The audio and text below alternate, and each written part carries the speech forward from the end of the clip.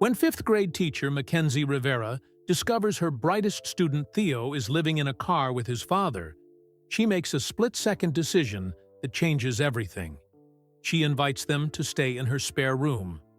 Her act of compassion costs her the job she loves when school administrators fire her for crossing professional boundaries.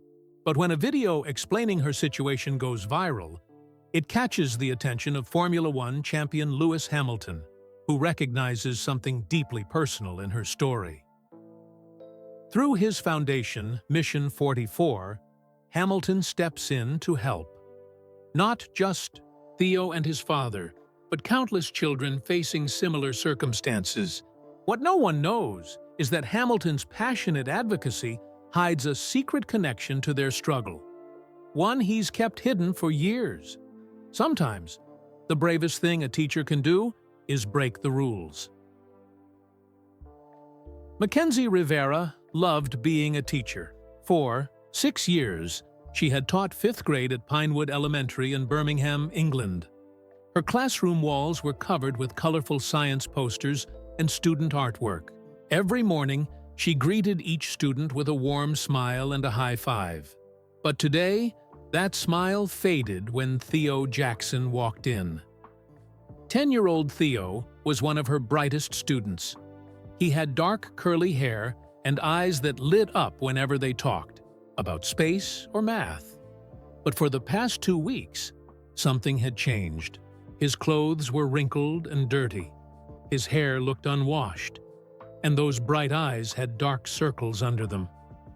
"Good morning, Theo," Mackenzie said softly. Theo barely looked up. "Morning, Ms. Rivera," he mumbled, sliding into his seat. During math lesson, Mackenzie noticed Theo's head nodding. By the time they started science, his head was down on his desk, fast asleep. "Theo?" Mackenzie gently touched his shoulder. He jerked awake, eyes wide with fear. That's when Mackenzie saw them. Purple bruises on his arm when his sleeve pulled back. "I'm sorry, Ms. Rivera," he said quickly. "I won't do it again." Mackenzie felt her heart breaking. "It's okay," she said. "Why don't you help me hand out these worksheets? Sometimes moving around helps us wake up." When Theo stood, she noticed how his pants hung loose around his waist. Had he lost weight? At lunch, Mackenzie watched as Theo stared at his empty table. No lunchbox, no school meal card. "Forgot my lunch," he explained when she asked. Mackenzie bought him a hot lunch with her own money. She watched as he ate every bite like he hadn't eaten in days. After school, instead of heading to the teacher's lounge, Mackenzie followed Theo. She kept a safe distance, watching as he walked past the bus stop and through the park. The November air was cold, and his thin jacket didn't look warm enough. Theo finally stopped at an old parking lot behind an abandoned grocery store. There, parked in the corner, was an old blue car with foggy windows. Theo knocked on the window, in a special pattern. 2 quick knocks, then 3 slow ones.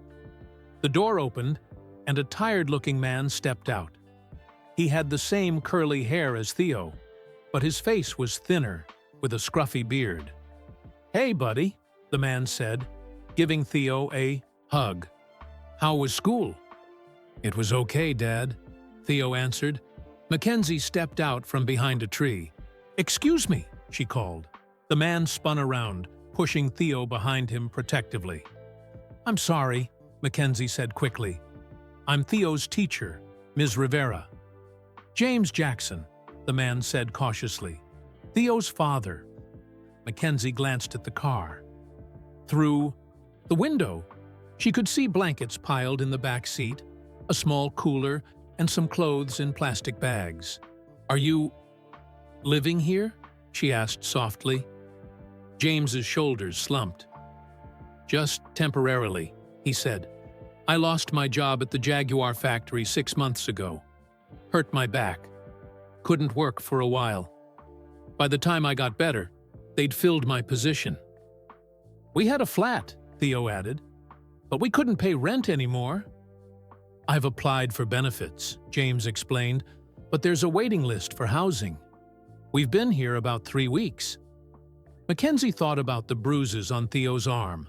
As if, reading her mind, James explained, Theo fell against the car door when we were trying to get comfortable. These seats weren't made for sleeping. The temperature was dropping as the sun began to set. Mackenzie could see her own breath in the air. It's going to be below freezing tonight, she said. You can't stay here. We'll be fine, James insisted, though his voice lacked conviction. We've got extra blankets. Mackenzie made a decision then. A decision that would change everything. I have a spare room, she said, with a pull-out sofa and a small bed. It's not much, but it's warm. You and Theo could stay there until things improve. James shook his head. We can't accept that. It's too much to ask. You're not asking, I'm offering, Mackenzie said firmly. Theo is falling asleep in class. He's hungry. And winter is coming. As his teacher, I can't just walk away knowing he's sleeping in a car in freezing weather. There are rules against this sort of thing, James said. Teachers getting involved with students' families. There are also rules about making sure children are safe, Mackenzie countered. Please, Mr. Jackson, just until you get proper housing assistance. For Theo's sake. Theo looked up at his father with hopeful eyes. Dad, please? Ms. Rivera has a really nice classroom. I bet her house is nice, too. James looked at his son, then at the cold car that had been their home. His shoulders slumped in defeat and acceptance. Just until we get back on our feet, he said. And we'll help with food and cleaning. Of course, Mackenzie said. My flat isn't far. You can follow me there. As they packed the few belongings, from the car, Mackenzie texted her friend Danny, another teacher at Pinewood. Doing something crazy but right? We'll explain tomorrow. 20 minutes later, Mackenzie showed Theo and James into her small but tidy spare room. It had light blue walls, a pull-out sofa, a small single bed, and a desk by the window. The bathroom is down the hall, she explained. There are clean towels in the cabinet, and I'll make some pasta for dinner. Theo's eyes were wide. We can take real showers with hot water? Something twisted in Mackenzie's chest. Yes, as hot as you like.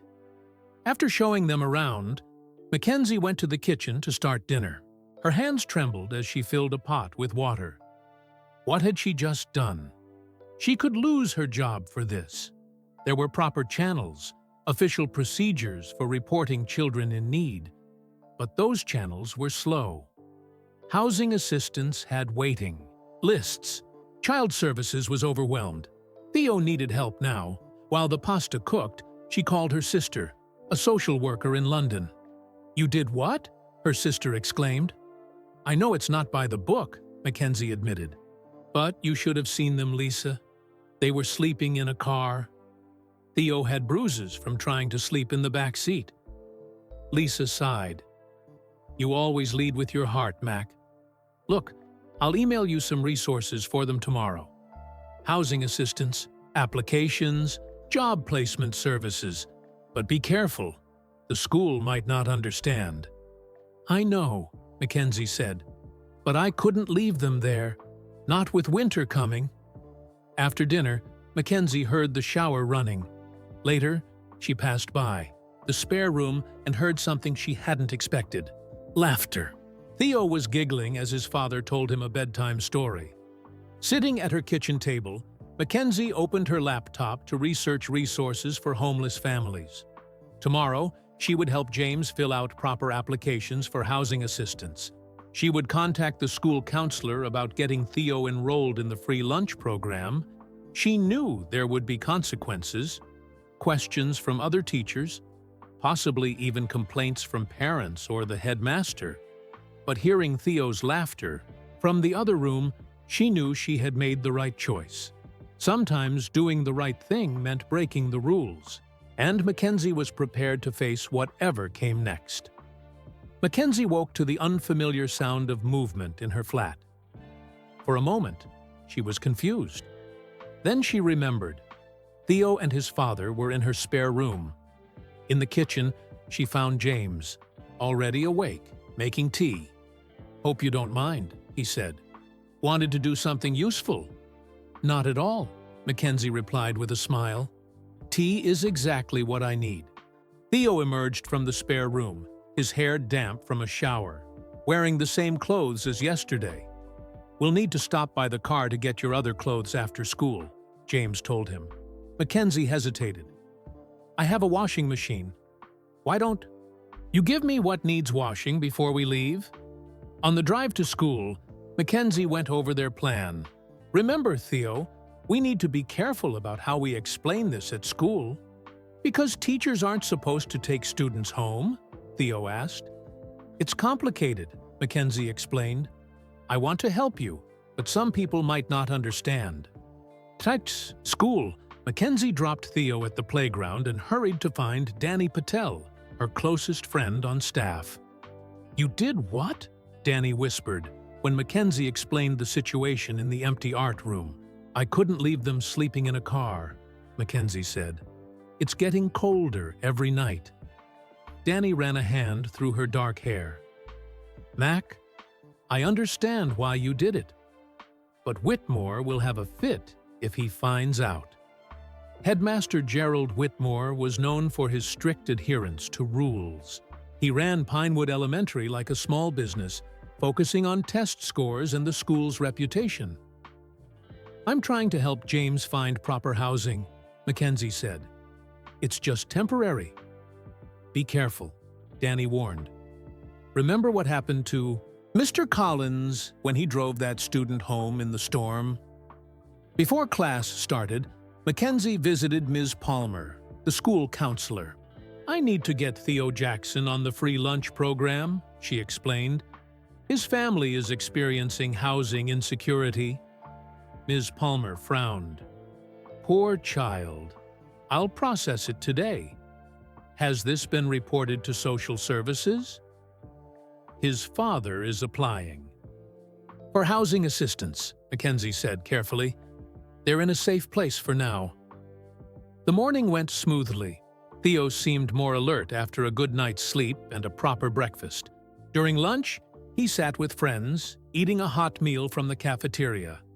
But after lunch, Mackenzie was called to the headmaster's office. Headmaster Whitmore sat behind his large desk, his thin face pinched with concern. Mrs. Hargrove, the mother of another student in Mackenzie's class, sat in one of the visitor chairs. "Ms. Rivera," Whitmore said, "Mrs. Hargrove has brought a concerning matter to my attention." Mrs. Hargrove spoke up immediately. "My daughter Ellie told me that Theo Jackson said he's living at your house now. Is this true?" Mackenzie's stomach dropped. "It's a temporary emergency arrangement." "So it is true," Whitmore interrupted. "Ms. Rivera, you know the school policy about teacher-student boundaries." "Sir, Theo and his father were sleeping in their car," Mackenzie explained. "With temperatures dropping below freezing, there are proper channels," Mrs. Hargrove cut in. "Shelters, social services." "The shelters are full," Mackenzie said, "and social services has a waiting list for housing assistance." Whitmore adjusted his glasses. "While your concern is admirable, this is highly irregular. I'm going to have to report this to the school board." "I understand," Mackenzie said, "but I'd make the same choice again." Back in her classroom, Mackenzie could hardly focus on teaching. When the final bell rang, she found Danny waiting at her door. "Whitmore called you in, didn't he?" Danny asked. Mackenzie nodded. Mrs. Hargrove complained. "Ellie must have overheard Theo talking about staying at my place." "The news is spreading," Danny warned. "I've already heard 3 different parents talking about it at pickup time." That evening, Mackenzie helped James fill out housing assistance forms online. Theo sat at the kitchen table, working on math homework, looking more relaxed than he had in weeks. "We really appreciate this," James said quietly. "I know it's putting you in a difficult position. It's the right thing to do," Mackenzie assured him. "How's the job search going?" "I've got an interview at a warehouse next week," James replied. "Not as good as my old job, but it's something." The next morning, Mackenzie found several messages on her phone. 2 were from fellow teachers expressing support. 1 was from a parent questioning her judgment, and 1 was from Headmaster Whitmore, requesting she come in early for an emergency meeting. When she arrived at school, she found not just Whitmore waiting, but also Mrs. Donovan, the school board president. "Ms. Rivera," Mrs. Donovan began, "we understand you've invited a student and his father to live in your home." "Temporarily," Mackenzie clarified. "They were homeless. We've contacted social services," Whitmore said. "They can find appropriate accommodations." "Have you seen the waiting lists?" Mackenzie asked. "It could be weeks or even months." Mrs. Donovan sighed. "Ms. Rivera, we appreciate your concern, but this crosses a professional boundary. We're placing you on administrative leave while we investigate." "Investigation?" Mackenzie repeated. "I haven't done anything wrong." "That remains to be determined," Whitmore said. "You're suspended with pay, effective immediately. Ms. Johnson will cover your class." Stunned, Mackenzie cleaned out her desk while her students were at assembly. Danny slipped in to give her a quick hug. "This is ridiculous," Danny muttered. "You're being punished for being kind." "What about Theo?" Mackenzie asked. "He'll be confused when I'm not here." "I'll keep an eye on him," Danny promised. That afternoon, Mackenzie waited in her car outside school to pick up Theo. His face lit up when he saw her, then fell when she explained she wouldn't be his teacher for a while. "Because of us?" he asked, his voice small. "Because sometimes adults make things complicated," Mackenzie answered. "But don't worry, it's going to work out." But the next day, things got worse. A local tabloid published a story with the headline, "Teacher Brings Homeless Student Home. Appropriate aid or crossing the line?" The article quoted anonymous parents concerned about inappropriate relationships and dangerous precedents. It mentioned Mackenzie by name and included a photo of her taken from the school website. Her phone rang constantly with calls from other teachers, parents, and even a few reporters. By evening, she'd turned it off completely. "We should go," James said, looking at the newspaper. "We're only making things worse for you."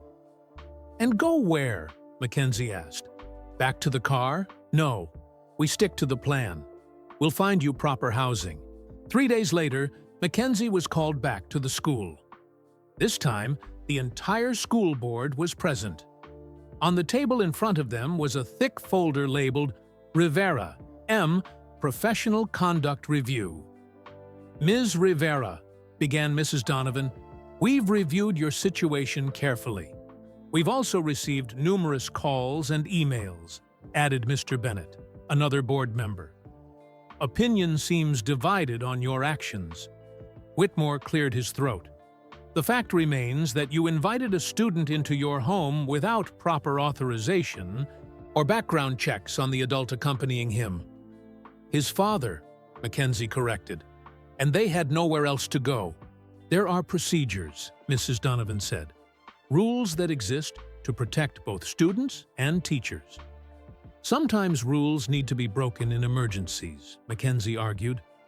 Theo was sleeping in a car in freezing weather. "And now?" Mr. Bennett asked, "Are they still in your home?" Mackenzie straightened her shoulders. "Yes, until proper housing becomes available. I won't put them back on the street." The board members exchanged glances. Whitmore's mouth tightened into a thin line. "In that case," Mrs. Donovan said, "we have no choice. Your employment at Pinewood Elementary is terminated, effective immediately." The words hit Mackenzie like a physical blow. "You're firing me? For helping a homeless child?" For failure to maintain appropriate professional boundaries, Whitmore corrected. "And for bringing the school into disrepute through your actions." Mackenzie stood up, hands shaking. "So I was supposed to leave him in a freezing car? Would that have been appropriate?" "This meeting is concluded," Mrs. Donovan said firmly. "Please return your school ID and keys to Mr. Whitmore." Outside the E2ED school, Mackenzie sat in her car and finally let the tears come. 6 years of teaching, gone. Her career possibly ruined. All for doing what she believed was right. When she got home, Theo was working on a science project at the kitchen table. His face brightened when she walked in. "Ms. Rivera, I got an A on my math test today." Looking at his proud smile, Mackenzie made a decision. She might have lost her job, but she wouldn't regret helping this child. Whatever came next, she would. "Face it." "That's wonderful, Theo," she said, forcing a smile. "Why don't you tell me all about it?" Mackenzie didn't tell Theo or James about losing her job that night. Instead, she listened to Theo talk about his math test, helped him with his science project, and made dinner as usual. But after Theo went to bed, she broke the news to James. "They fired you?" James ran his hands through his hair. "This is our fault. We need to leave." "No," Mackenzie said firmly. "This isn't your fault. And where would you go?" "I can't let you ruin your career for us." "My career isn't ruined," Mackenzie said, with more confidence than she felt. "I can find another teaching position." The next morning, Danny called. "I just heard what they did. It's completely unfair." "Life is unfair," Mackenzie replied, trying to sound brave. "How's my class doing?" "They miss you. Several parents are actually upset about your firing. Not enough of them, apparently." "Listen," Danny said, lowering her voice. "I have an idea. People need to hear your side of the story." That afternoon, Danny came over with her camera. She set it up in Mackenzie's living room while Theo was doing homework at the kitchen table. "Are you sure about this?" Mackenzie asked. "Whitmore could fire you too." "Let him try," Danny said, adjusting the camera. "The teachers' union would have a field day. Now, just talk from the heart. Tell people why you did what you did."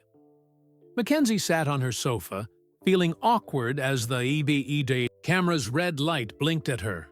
"My name is Mackenzie Rivera. Until yesterday, I was a 5th grade teacher at Pinewood Elementary." She took a deep breath. 3 weeks ago, I discovered one of my brightest students was living in a car with his father. She explained how she had noticed the changes in Theo. His unwashed clothes, his exhaustion, his hunger. She described following him after school and finding the car that had become their home. Winter is coming. Temperatures are dropping below freezing at night. The shelters are full, and housing assistance has a months-long waiting list. Her voice grew stronger. What was I supposed to do? Leave a 10-year-old boy to sleep in a freezing car? She explained how James had lost his job due to an injury, how they'd lost their flat when benefits were cut, how hard he was trying to find work. I offered them my spare room as a temporary solution. For this act of basic human kindness, I was fired. She looked directly into the camera. I don't regret my decision. I would do it again. Because some things are more important than rules. A child's welfare is one of those things. At Danny's suggestion, she showed Theo's homework from before they stayed with her. Messy, incomplete, and his recent work. Neat, thoughtful, correct. This is what happens when a child has a safe place to sleep, regular meals, and a quiet place to study. This is what every child deserves. After Danny left with the recording, Mackenzie felt drained. She wasn't sure what Danny planned to do with the video, but just telling her story had helped. The next day, Mackenzie started job hunting.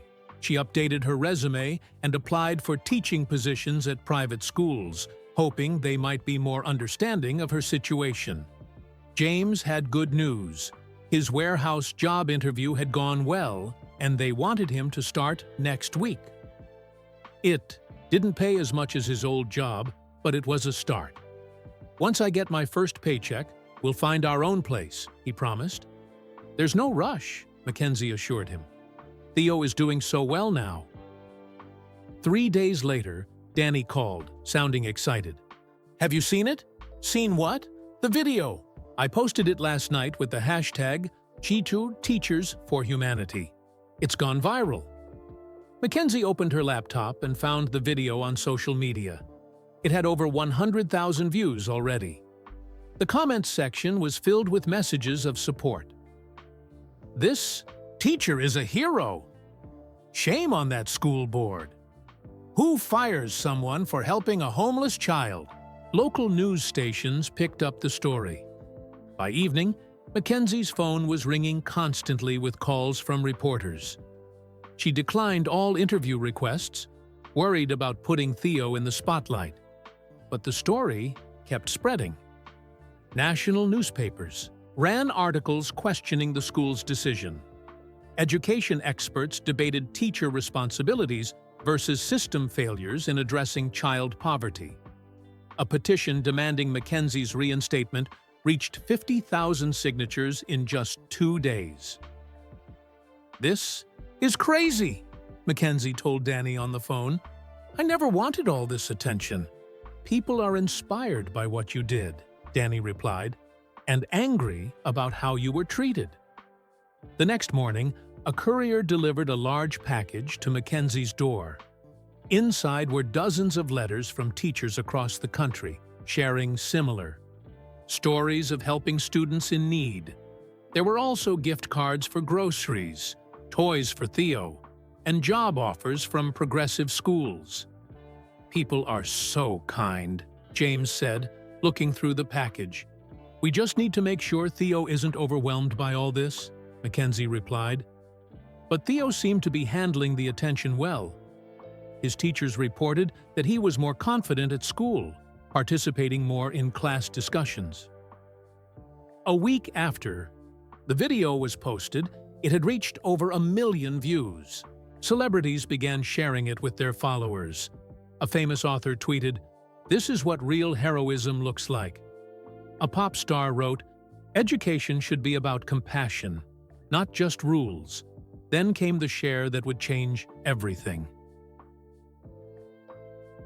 Lewis Teases, Hamilton, 7-time Formula One world champion, posted the video with a personal message. "This story hit me hard. Growing up in council housing in Stevenage, I know how circumstances can hold children back. What Abe Mackenzie Rivera did is exactly why I started a Mission 44. Teachers like her understand that children can't learn when their basic needs aren't met. I want to help." To Teachers for Humanity. Within hours, Hamilton's post had been viewed millions of times. His fans began flooding Mackenzie's social media with messages of support. Danny called, barely able to contain her excitement. "Lewis Hamilton shared your video. Do you know what this means? That more people will see it? No. Well, yes, but it's bigger than that. His foundation, Mission 44, works with underprivileged kids. He started it in 2021 with £20 million of his own money." Mackenzie had heard of Lewis Hamilton, of course. Everyone in Britain knew the Formula One champion, but she hadn't known about his foundation or his work with children from disadvantaged backgrounds. That evening, as Mackenzie was helping Theo with his homework, her phone rang with an unknown number. She almost didn't answer, thinking it was another reporter. "Hello? Is this Mackenzie Rivera?" asked a woman with a professional voice. Yes, it is. My name is Sarah Johnson. I'm calling on behalf of Lewis Hamilton and Mission 44. Mr. Hamilton was very moved by your story and would like to speak with you personally. Would you be available for a video call tomorrow morning? Mackenzie nearly dropped her phone. Lewis Hamilton wants to talk to me? Yes, he's preparing for the British Grand Prix at Silverstone this weekend, but he's made time in his schedule specifically to speak with you. After agreeing to the call, Mackenzie sat in stunned silence. Theo looked up from his homework. What's wrong, Ms. Rivera? Nothing's wrong, she said, still processing the information. Actually, something amazing just happened. Lewis Hamilton wants to talk to us. The Lewis Hamilton? Theo's eyes widened. The race car driver? Yes, that Lewis Hamilton. But why? He saw the video Ms. Patel made. He wants to help us. That night, Mackenzie couldn't sleep. She researched Mission 44, learning how Hamilton had created the foundation to support underrepresented youth in the UK. The foundation focused on education, employment, and social justice, addressing the root causes of inequality. Hamilton himself had grown up in council housing in Stevenage, facing both racial and economic barriers. Despite the challenges, he had become one of the most successful Formula One drivers in history. And now he was using his platform and wealth to help children facing similar struggles. In the morning, Mackenzie made sure Theo wore his favorite shirt for the video call. James polished his shoes and trimmed his beard. At exactly 10 a.m., Mackenzie's laptop rang with an incoming video call. When she answered, Lewis Hamilton's face appeared on the screen. He was wearing a Mercedes team shirt, and behind him, Mackenzie could see what looked like a team motorhome. Ms. Rivera, he said with a warm smile, it's an honor to meet you. And you must be Theo and James. Theo's face lit up with excitement. You're really Lewis Hamilton. Hamilton laughed. Last time I checked, yes. I wanted to tell you personally how moved I was by your story. What you're going through and what Ms. Rivera did to help, it really hit home for me. As Mackenzie looked at the famous racing driver, speaking kindly to Theo, she realized that her small act of compassion had somehow reached far beyond her community. Something big was happening. Something that might not just help Theo and James, but many other families in similar situations. For the first time since losing her job, Mackenzie felt a genuine hope blooming in her chest. What you did for Theo is exactly why I started Mission 44, Lewis Hamilton continued, leaning closer to the camera. I've seen firsthand how having a stable home affects a child's ability to learn. Mackenzie nodded. That's all I was trying to do. Give Theo a stable environment. And you lost your job for it, Hamilton said. His expression darkened. That's not right. James spoke up. We never meant to cause trouble for Ms. Rivera. She's been nothing but kind to us. Kindness shouldn't be punished, Hamilton replied. Look, I'm at Silverstone for the British Grand Prix this weekend. I'd like to invite all of you to join me as my special guests. Theo's jaw dropped. At the actual race? With the real race cars? Hamilton grinned. The actual race with the actual cars. I'll arrange everything. Transportation, accommodations, the works. And while you're here, I'd like to talk more about how Mission 44 might help. After the call ended, Theo couldn't stop talking about meeting Lewis Hamilton. He ran to his backpack and pulled out a dog-eared magazine with Hamilton on the cover. I've been a fan forever, he exclaimed. Dad and I used to watch his races on TV when we had our flat. James looked overwhelmed. We can't accept all this. It's too much. It's not charity, Mackenzie said gently. He wants to help because he cares about this issue. and maybe through his foundation, we can help other families in similar situations. That afternoon, Mackenzie received an email with all the details for their trip to Silverstone. They would leave in 2 days, staying at a hotel near the track for the race weekend. Meanwhile, the video continued to spread. The petition for Mackenzie's reinstatement had reached 100,000 signatures. Local news crews gathered outside Pinewood Elementary, hoping to interview Headmaster Whitmore or school board members. The pressure was building. Several parents had withdrawn their children from Mackenzie's former class in protest of her firing. Teachers from other schools had started wearing Chalk Teachers for Humanity badges. "You've started a movement," Danny told Mackenzie over the phone. "I didn't mean to," Mackenzie replied. "I just wanted to help one child."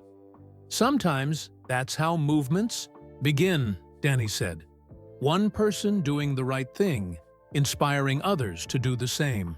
The morning they were set to leave for Silverstone, a sleek black car arrived at Mackenzie's flat. The driver, wearing a Mercedes team jacket, loaded their small bags into the trunk. "Mr. Hamilton arranged everything," he explained as he opened the door for them. During the 2-hour drive, Theo could barely contain his excitement.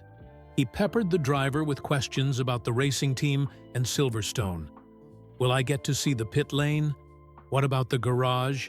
Does Lewis Hamilton really help design his car?" The driver answered patiently, clearly used to enthusiastic fans. As they approached Silverstone, they could see the massive grandstands rising above the English countryside. The iconic circuit had hosted racing since 1948 and was the home of British motorsport. "Look at all the people." Theo pressed his face against the car window. The driver bypassed the main entrance, taking them to a VIP gate where they were met by a young woman with a tablet. "Ms. Rivera, I'm Emma Chen from Mission 44. Lewis asked me to make sure you're taken care of." She handed them VIP passes on lanyards. "These will give you access to the Mercedes garage and hospitality areas." Their hotel room was luxurious, far fancier than anywhere Mackenzie had ever stayed. There were 3 gift bags on the beds, each containing Mercedes team merchandise. Theo immediately put on the team cap. "I can't believe this is happening." After they settled in, Emma returned to escort them to the track for a special tour before. The crowds arrived for qualifying sessions. The Mercedes garage was a hub of activity. Engineers huddled over computers. Mechanics made final adjustments to 2 gleaming silver race cars. "Those are the actual cars they'll race?" Theo asked, eyes wide. "Yes," Emma smiled. "Each one costs over £15 million to build." "15 million?" James whispered to Mackenzie. "For a car?" A familiar voice came from behind them. "Worth every penny when you're trying to go 200 miles per hour safely." They turned to see Lewis Hamilton walking toward them, dressed in his racing suit with the top half tied around his waist, revealing a Mercedes team shirt. Despite his fame, he moved with a casual confidence that put them at ease.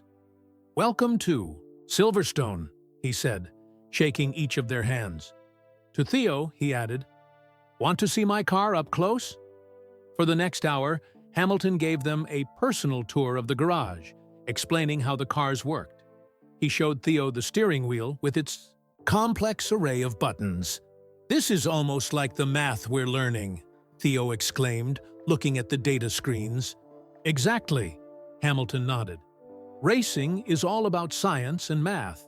The angles of the curves, the fuel calculations, the tire degradation. It's applied mathematics at 200 miles per hour." Mackenzie watched as Hamilton patiently answered Theo's questions. There was no hint of the celebrity rushing through a publicity obligation. He seemed genuinely interested in connecting with the boy. Later, in the quieter setting of the team's private hospitality suite, Hamilton explained more about Mission 44. "I started it with £20 million of my own money," he said. "Growing up in council housing in Stevenage wasn't easy.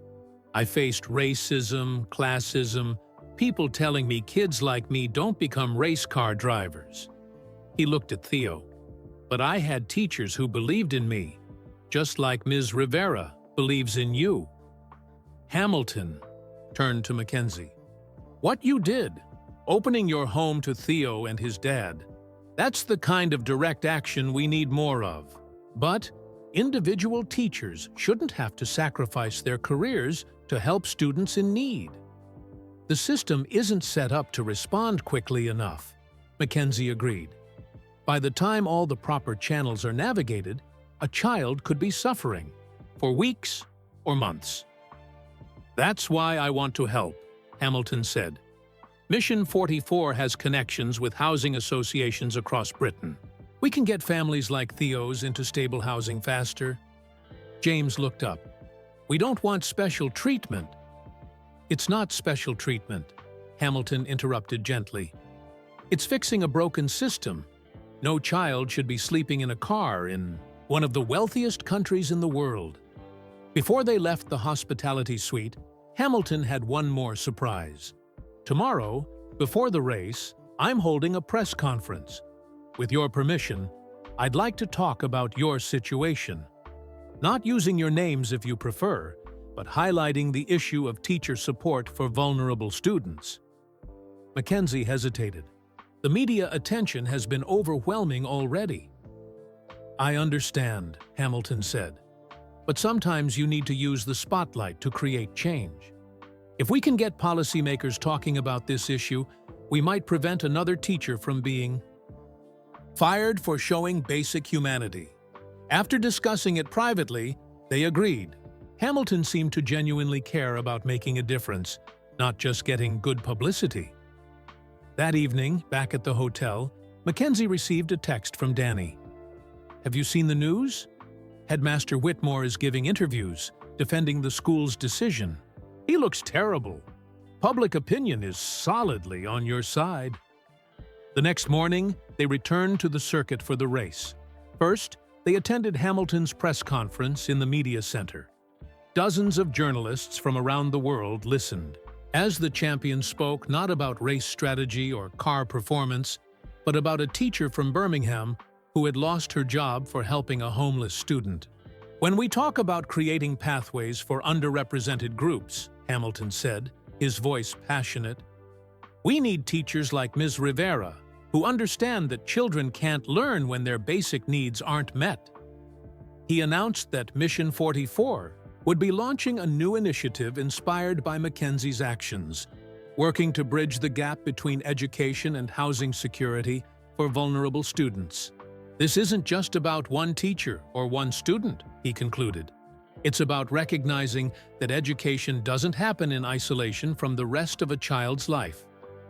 The story was now making national headlines. Education experts and politicians were weighing in. And in the middle of it all was Mackenzie, watching from the back of the room, still processing how her simple act of kindness had escalated into something much bigger. As they left the media center, Theo looked up at her. You're famous now, Ms. Rivera. Mackenzie smiled. Not famous, just caught in a moment. But as cameras flashed and reporters called her name, she wondered if perhaps this moment might lead to something important. Not just for her, Theo, and James, but for other teachers and students facing similar challenges across the country. The race day atmosphere at Silverstone was electric. Thousands of fans filled the grandstands, many waving British flags in support of Lewis Hamilton. The smell of fuel and hot tires filled the air, mixing with the scent of food from dozens of vendors. Theo couldn't stop smiling as they were escorted to prime seats in the Mercedes section. His eyes darted everywhere, trying to take in all the sights and sounds at once. "This is the best day ever!" he shouted over the noise of the crowd. James looked around in amazement. "I never thought we'd experience something like this." Just before the race began, a team member approached them. "Lewis asked me to give you these." She handed them headsets. They'll let you listen to his communications with the team during the race. For the next 2 hours, they were swept up in the excitement of the Grand Prix. Theo jumped up and down as Hamilton fought his way through the field, eventually finishing on the podium in second place. After the ceremony, they were taken back to the Mercedes garage where Hamilton, still in his racing suit and damp with champagne, greeted them with a broad smile. "What did you think?" he asked Theo. "That was amazing." Theo's eyes were shining. "Especially when you overtook on turn 3. Hamilton laughed. "You've got a good eye for racing lines."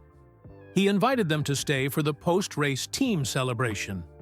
Mechanics and engineers stopped by to talk with Theo, explaining their roles on the team. One engineer even showed him the computer programs they used to analyze car performance. "These use the same math principles you're learning in school," the engineer explained.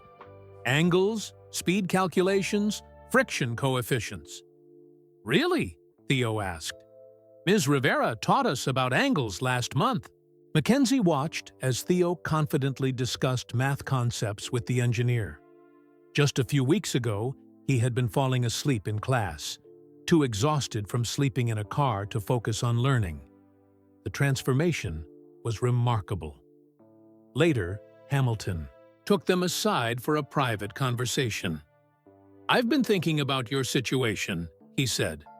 "Mission 44 wants to do more than just help one family, though that's important too." He explained that his foundation was developing a new program called Stable Foundations that would address the intersection of housing insecurity and education. "We want to provide emergency housing vouchers, train teachers to identify signs of housing insecurity, and work with local councils to prevent evictions of families with school-age children," Hamilton explained. Mackenzie was impressed. "That could help thousands of families." "Exactly," Hamilton nodded. "And we'd like your input on developing it. Your experience, both as a teacher and in helping Theo and James, would be invaluable." Before Mackenzie could respond, Emma Chen approached with her tablet. "Sorry to interrupt, but you should see this." She showed them a news website on her screen. The headline read, "Education Minister calls for review after teacher firing controversy." The article explained that following Hamilton's press conference and the public outcry, the Education Minister had announced a review of policies regarding schools' responsibilities toward students facing housing insecurity. "It's working," Emma said. "People are listening." On their way back to the hotel, they passed a group of fans wearing Duriker Teachers for Humanity t-shirts. One recognized Mackenzie and called out words of support. "See?" Theo said. "You're famous now." Mackenzie smiled, but her mind was on the larger implications. Maybe her individual act could spark systemic change. The next morning, as they prepared to return to Birmingham, Hamilton came to say goodbye. "I'd like to offer James an interview at a Mercedes-affiliated workshop in Birmingham," he said. "It's not charity. They need skilled workers, and your experience at Jaguar is valuable." James looked stunned. "I don't know what to say." "Say you'll consider it," Hamilton replied. "And Mackenzie, my team will be in touch about consulting on the Stable Foundations program." As they drove back to Birmingham, the car was quiet, each of them processing the extraordinary weekend. Theo eventually fell asleep, clutching his signed Lewis Hamilton cap. "Do you think anything will really change?" James asked softly.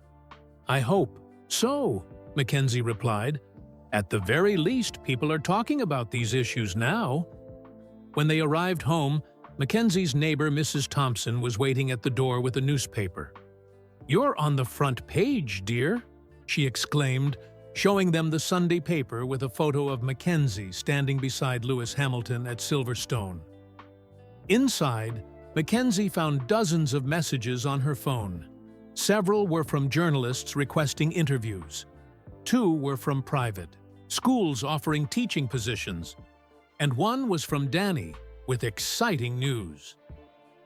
"The school board is calling an emergency meeting tomorrow," Danny exclaimed when Mackenzie called her back. "The pressure is getting to them. Parents are threatening to transfer their kids to other schools. 3 board members have already said publicly that they think your firing was a mistake." Mackenzie wasn't sure how to feel. Part of her wanted her job back at Pinewood, teaching the students she cared about. But another part wondered if she could do more good working with Mission 44, helping to create change on a larger scale.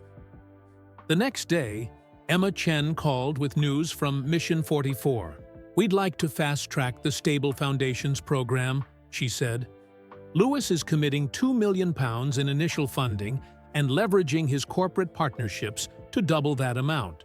We want to offer you a position to help develop and implement it." "A job with Mission 44? Mackenzie was stunned.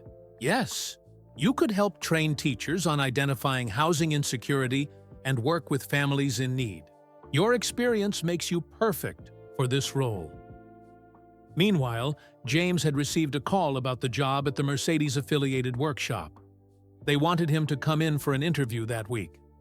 As these opportunities unfolded, education unions across Britain began discussing protocols for how schools should respond to student homelessness. Several cited Mackenzie's case as evidence that current guidelines failed both teachers and vulnerable students. On Wednesday, Mackenzie received a formal letter from the local education authority, inviting her to a hearing to review her termination. "They're reconsidering," Danny said when Mackenzie called her. "Public pressure is working." The hearing was scheduled for the following Monday. Mackenzie spent the days preparing, gathering evidence of Theo's improvement since having stable housing and research on childhood homelessness in Britain. She also had several long conversations with Hamilton's team about the Stable Foundations program. Their vision aligned perfectly with what she believed education should be: holistic support for children that recognized learning couldn't happen when basic needs weren't met. The night before the hearing, Theo approached her with a folded paper. "I wrote something," he said shyly, "for the meeting tomorrow. Dad helped me with the spelling." Inside was a letter in Theo's careful handwriting, describing how Mackenzie had helped him when he was sleeping in the car, how his grades had improved, and how he could concentrate better now that he wasn't cold and hungry all the time. "Can I read this to the school board?" he asked. Mackenzie hugged him. "If you want to, absolutely. Your voice matters in this too." The morning of the hearing, Mackenzie dressed carefully in her most professional outfit. When they arrived at the Education Authority building, she was shocked to see a crowd of supporters outside, many wearing Teachers for Humanity shirts or carrying signs. Inside, the hearing room was packed. The school board members sat at a long table at the front. Headmaster Whitmore was there too, looking uncomfortable. Mrs. Donovan, the board president, opened the proceedings. "We're here to review the termination of Mackenzie Rivera's teaching contract at Pinewood Elementary." Over the next 2 hours, several people spoke. Parents testified about Mackenzie's dedication to students. Child welfare experts explained how housing insecurity impacts educational outcomes. In a surprise move, 3 current Pinewood teachers, including Danny, risked their own jobs by testifying about resources denied to vulnerable students under Headmaster Whitmore's leadership. When it was Theo's turn, he stood tall, unfolding his letter with steady hands. "Before Ms. Rivera helped us, I used to be so tired in class because sleeping in a car is really uncomfortable," he read. "I couldn't do my homework because it was too dark and cold. Now I can sleep in a real bed and study at a real table. My grades got better. I can think better. I think all kids should have a place to sleep and food to eat. Not just to be nice, but because you can't learn when you're hungry and tired." His simple words had a powerful impact. several board members wiped away tears. Outside the building, the crowd had grown. Through the windows, Mackenzie could see Hamilton's fans had joined education advocates in a show of solidarity. As the hearing concluded, Mackenzie realized that regardless of the outcome, something important had already happened. Her individual act of kindness had sparked a much larger conversation about how society supports its most vulnerable children. And that, she thought, might be the most meaningful teaching she had ever done. As the hearing adjourned for the day, Mackenzie was surrounded by supporters offering words of encouragement. Among them was a woman she didn't recognize, tall with short dark hair and intelligent eyes. "Mackenzie Rivera? I'm Eliza Warren from The Guardian," she said, offering her hand. "I've been following your story closely. I wonder if we could talk?" Normally, Mackenzie would have declined. She'd been avoiding journalists, but something about Eliza's straightforward manner made her reconsider. "I'm not looking to sensationalize what happened," Eliza explained. "I want to investigate the bigger picture. Your case highlights systemic issues in how schools address student poverty." They agreed to meet the following day at a quiet cafe near Mackenzie's flat. Theo and James were at the workshop for James's interview, so Mackenzie had time to speak freely. "Tell me about Pinewood Elementary before all this happened," Eliza began, recording their conversation with Mackenzie's permission. Mackenzie described her 6 years at the school, the dedicated teachers, the diverse student body, but also the increasing budget constraints and how they affected the most vulnerable students.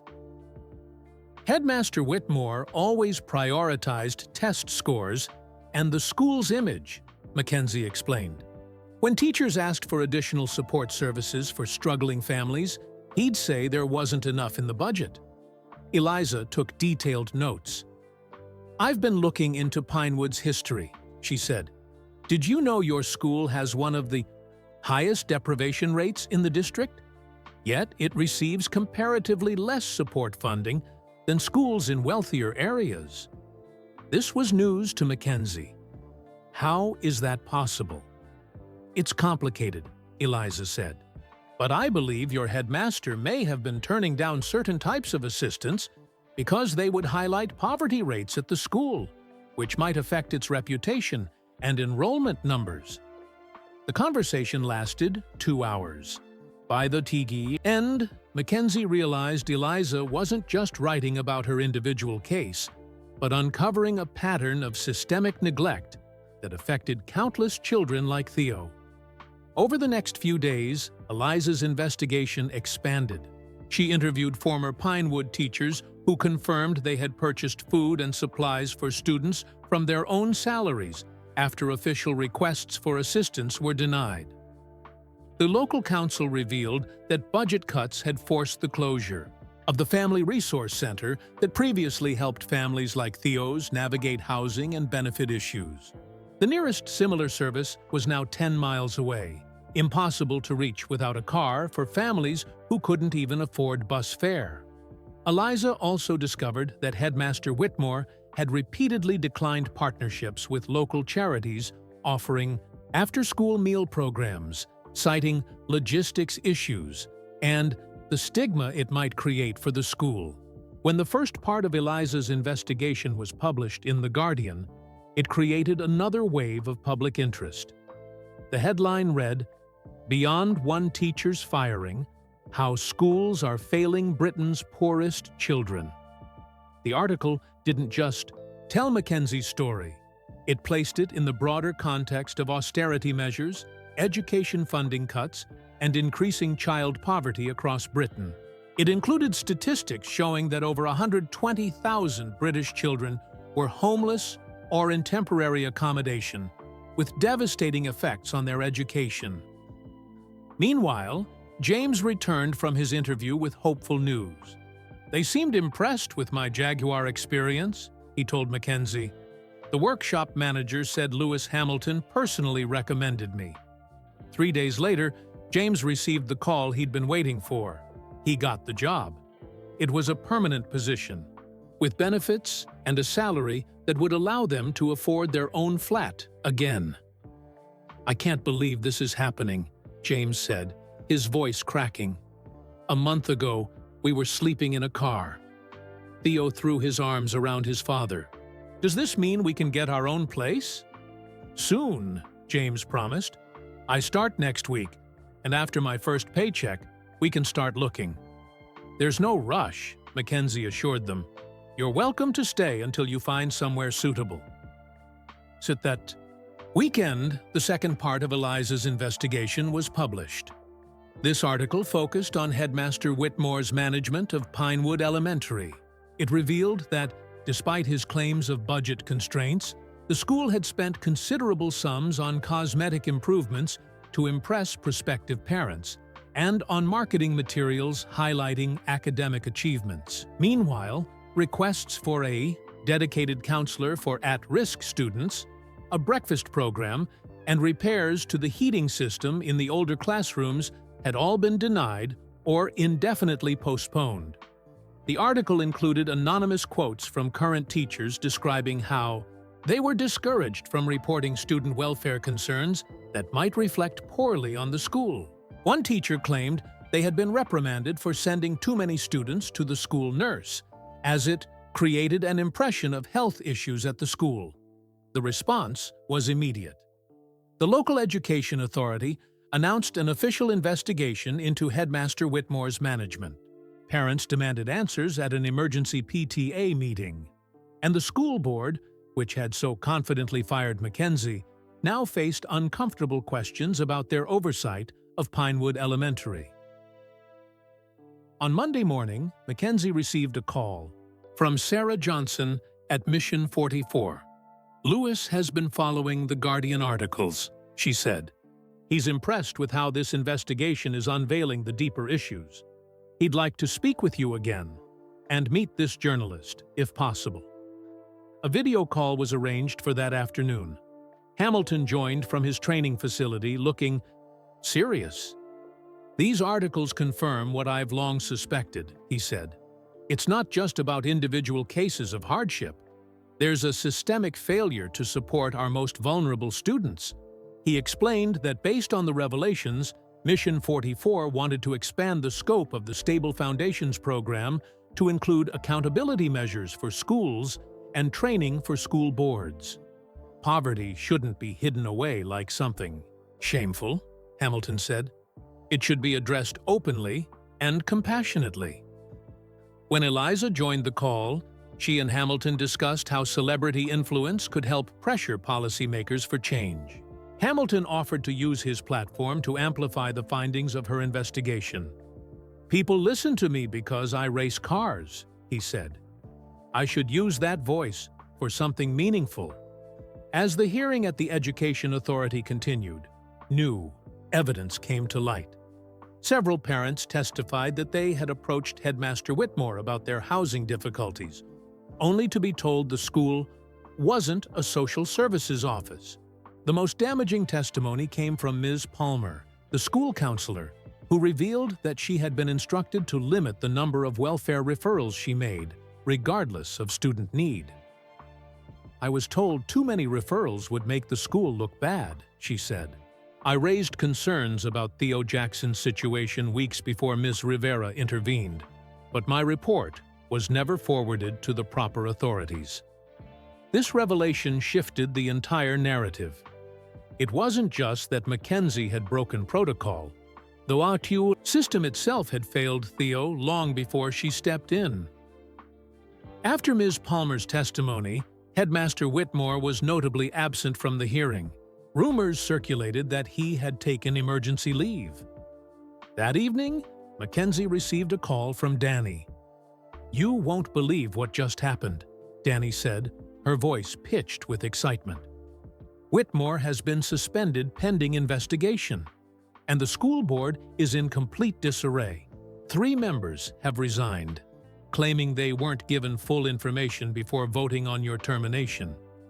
For James, watching all these developments while preparing to start his new job, The transformation was almost too much to comprehend. "A month ago, I felt like a complete failure," he told Mackenzie as they sat at her kitchen table. "I couldn't provide for my son. We were invisible, just another homeless family that nobody cared about." He looked toward the spare room where Theo was doing homework. "Now I have a job. Theo is thriving. And you?" He turned to Mackenzie.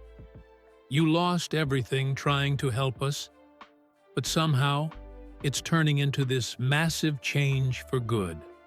"Not just for us," Mackenzie said, thinking of all the other families who might benefit from the improved policies and programs that were emerging from this situation. For everyone. The following week, Mackenzie received an invitation she never expected to meet with the executive director of Mission 44 at their London headquarters. Lewis Hamilton would be joining virtually from his training camp in Monaco. "They're serious about this program," Danny said when Mackenzie called to tell her the news. "And they want you to help shape it." "I'm just a primary school teacher," Mackenzie replied. "What do I know about creating national programs?" "You know what teachers and students actually need," Danny pointed out. "That's more valuable than any policy degree." Mackenzie took the train to London, feeling both nervous and excited.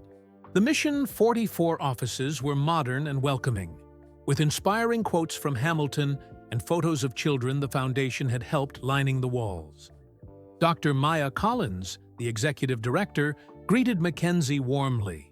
She was a former educator, with a background in child welfare policy, someone who understood both the classroom reality and the broader systems. "Lewis speaks very highly of you," Dr. Collins said, leading Mackenzie to a conference room. "He believes your experience offers valuable insights for our new initiative." On a large screen, Lewis Hamilton joined them from Monaco. Despite being in the middle of race preparations, he had made time for this meeting. "Mackenzie," he greeted her with a smile. "Thank you for coming. I've been thinking a lot about how to transform your individual act of kindness into something that can help thousands of children." Over the next 3 hours, they outlined the framework for the Stable Foundations program. It would have 3 main components. First, an emergency housing voucher system that would allow schools to immediately place families in temporary accommodations while longer-term solutions were arranged. No more children sleeping in cars or on friends' sofas while waiting for official help, Dr. Collins explained. Second, comprehensive training for teachers on identifying signs of housing insecurity and connecting families with resources, without risking their jobs like Mackenzie had. Teachers are often the first to notice when a child's home situation deteriorates, Mackenzie pointed out, but many don't know how to help or fear crossing professional boundaries. Third, partnerships with local councils to prevent evictions of families with school-age children, particularly during the school year when displacement could disrupt education. "We'll need to navigate complex housing regulations," Dr. Collins acknowledged. "But Lewis's influence has already opened doors with policymakers who previously wouldn't engage on these issues." Hamilton leaned closer to the camera. "I'm committing £2 million in initial funding," he said, "and I've secured matching funds from corporate partners. Several other athletes have also expressed interest in supporting the initiative." Mackenzie was stunned by the scale of the commitment. What had started with her offering a spare room to one student and his father was transforming into a multi-million-pound program that could help countless families. "We'd like to offer you a position," Dr. Collins said, "to help develop and implement the program. Your classroom experience, combined with your first-hand understanding of the challenges these families face, makes you uniquely qualified." "A job? With Mission 44? Mackenzie hadn't expected this. "But I'm a teacher. My place is in the classroom." "You'd still be teaching," Hamilton said, "just in a different way. You'd be teaching other educators how to support students in housing crisis. You'd be helping write guidelines that could change how schools across Britain approach this issue. Mackenzie promised to consider the offer. On the train back to Birmingham, she reflected on this unexpected turn in her career path. She had always seen herself in a classroom, but perhaps this role would allow her to have a broader impact. Meanwhile, education unions across Britain had begun discussing new protocols for how schools should respond to student homelessness. Several union representatives had reached out to Mackenzie, seeking her input based on her experience. "Your case has become a catalyst," one union leader told her during a phone call. "It's forcing us to confront the gap between our stated values of caring for all students and the practical support we provide to teachers who try to live those values." Back in Birmingham, James had completed his first week at the new job and was thriving. "The workshop manager says I have a good eye for detail," he told Mackenzie proudly. "And there's potential for advancement once I complete their training program."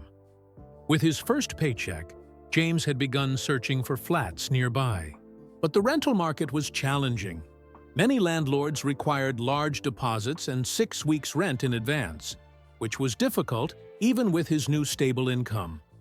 This was exactly the kind of gap the Stable Foundations program aimed to address. Mackenzie mentioned James's situation during a follow-up call with Dr. Collins. "This is why we need a holistic approach," Dr. Collins agreed. "Stable income doesn't immediately solve housing insecurity if there are still barriers to accessing housing." 2 days later, a housing association representative contacted James. Under pressure from the publicity surrounding their case, and with a guarantee from Mission 44, they offered James and Theo a 2-bedroom flat at reduced rent with a manageable deposit. "It's 10 minutes from my new job," James said when he showed Mackenzie the details. "And in the catchment area for a good school." "That's wonderful," Mackenzie said, genuinely happy for them while realizing she would miss having them in her home. Theo had mixed feelings about moving.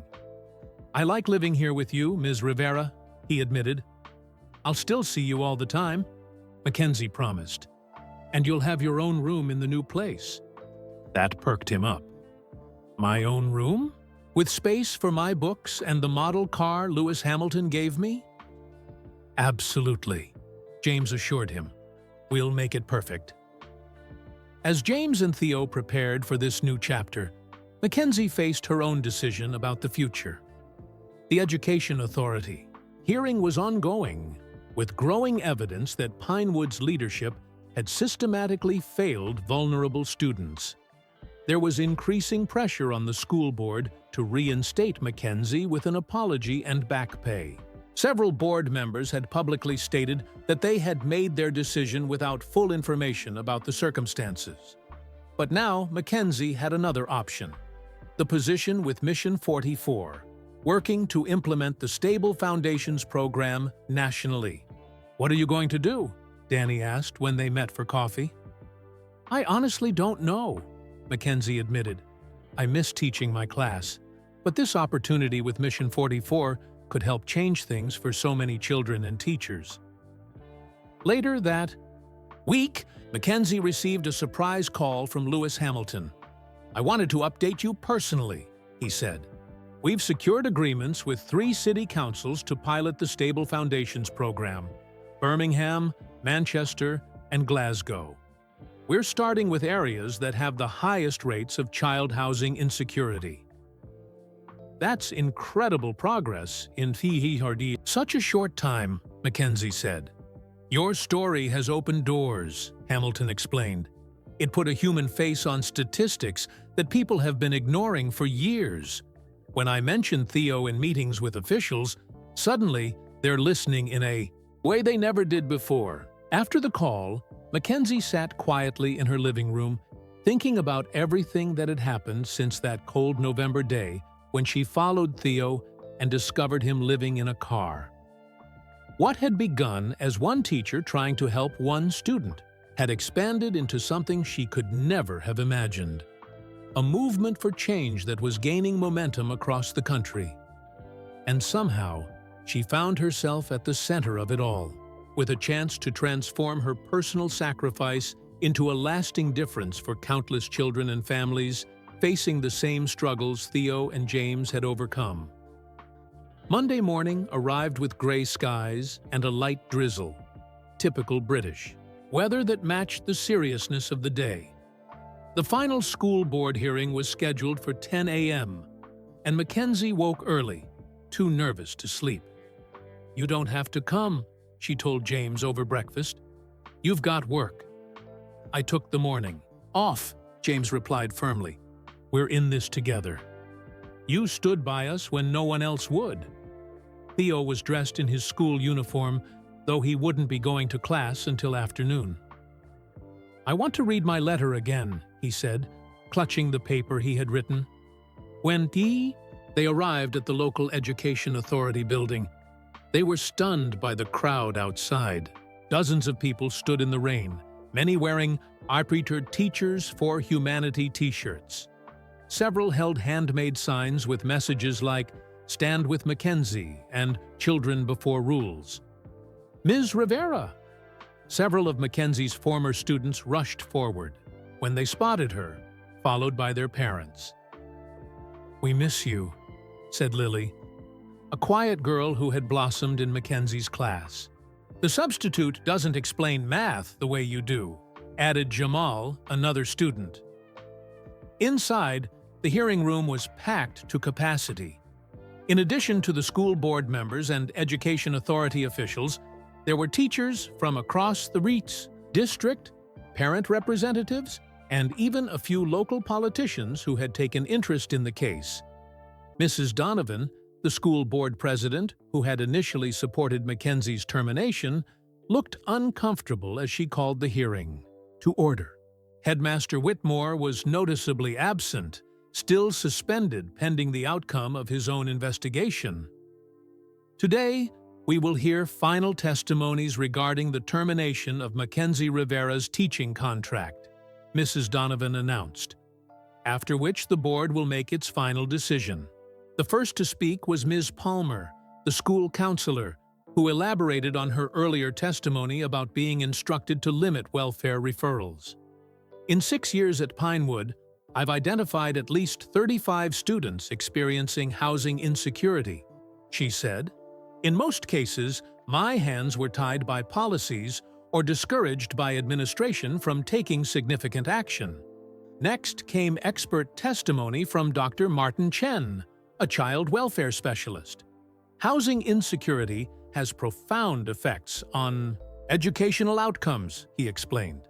"Children without stable housing show higher rates of absenteeism, lower test scores, and increased behavioral issues. These are not character flaws. They're direct consequences of their living situations." Parents took turns describing Mackenzie's dedication to students. Mrs. Abernathy, whose daughter had struggled with reading, shared how Mackenzie had stayed after school 3 days a week to provide extra help. Unpaid. "My Emily is reading at grade level now because Ms. Rivera cared enough to go beyond what was required," she said, her voice thick with emotion. The most powerful moment came when 3 current Pinewood teachers, Danny Patel, Robert Clark, and Susan Mitchell, took the stand together. This public stance against the administration was unprecedented and risky for their careers. "We're here because what happened to Mackenzie could happen to any of us who truly put children first," Danny began. Robert, who taught 4th grade, described how he had been reprimanded for spending his own money on classroom supplies for students who couldn't afford them. "I was told it created inequality in the classroom and made the school look bad," he said, "as if pretending these inequalities don't exist somehow makes them disappear." Susan, a 20-year teaching veteran, spoke about the changes she had witnessed at Pinewood under Headmaster Whitmore's leadership. "We used to have a breakfast program for students who came to school hungry," she explained.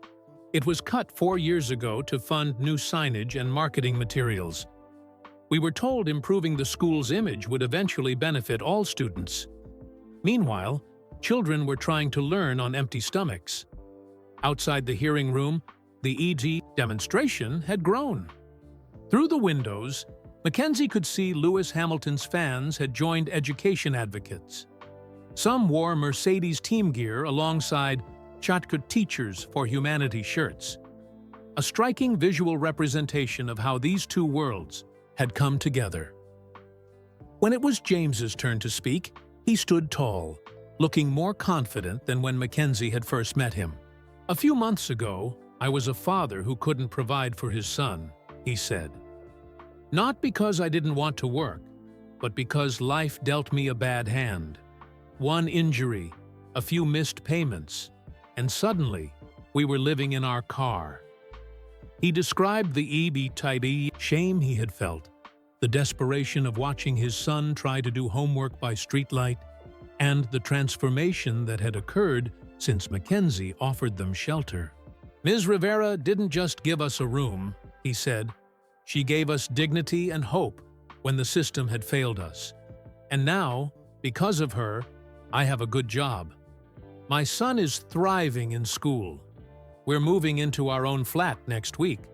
She changed our lives by simply being kind when no one else would." Then it was Theo's turn. The room fell silent as the 10-year-old approached the microphone, his letter clutched tightly in his hands. Despite his nervousness, his voice was clear and strong as he read. "Before Ms. Rivera helped us, I used to be so tired in class because sleeping in a car is really uncomfortable," he began. "I couldn't do my homework because it was too dark and cold. I was always hungry and worried about my dad." He described how his life had changed since having stable housing, how his grades had improved, how he could focus in class, how he had started enjoying school again. "Ms. Rivera shouldn't be punished for helping me," he concluded. "She's the best teacher I've ever had, not just for math and science, but for teaching me that one person can make a big difference in someone's life." There wasn't a dry eye in the room when he finished. Finally, it was Mackenzie's turn to speak.